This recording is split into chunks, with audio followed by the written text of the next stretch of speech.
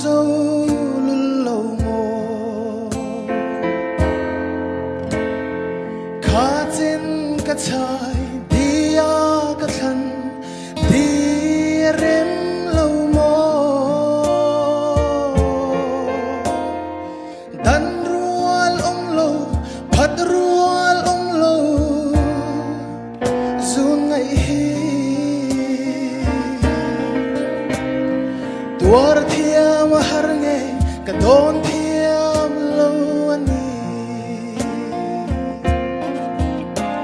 eng vang e mo nang kher ka lo ton se lung min her sa mai tura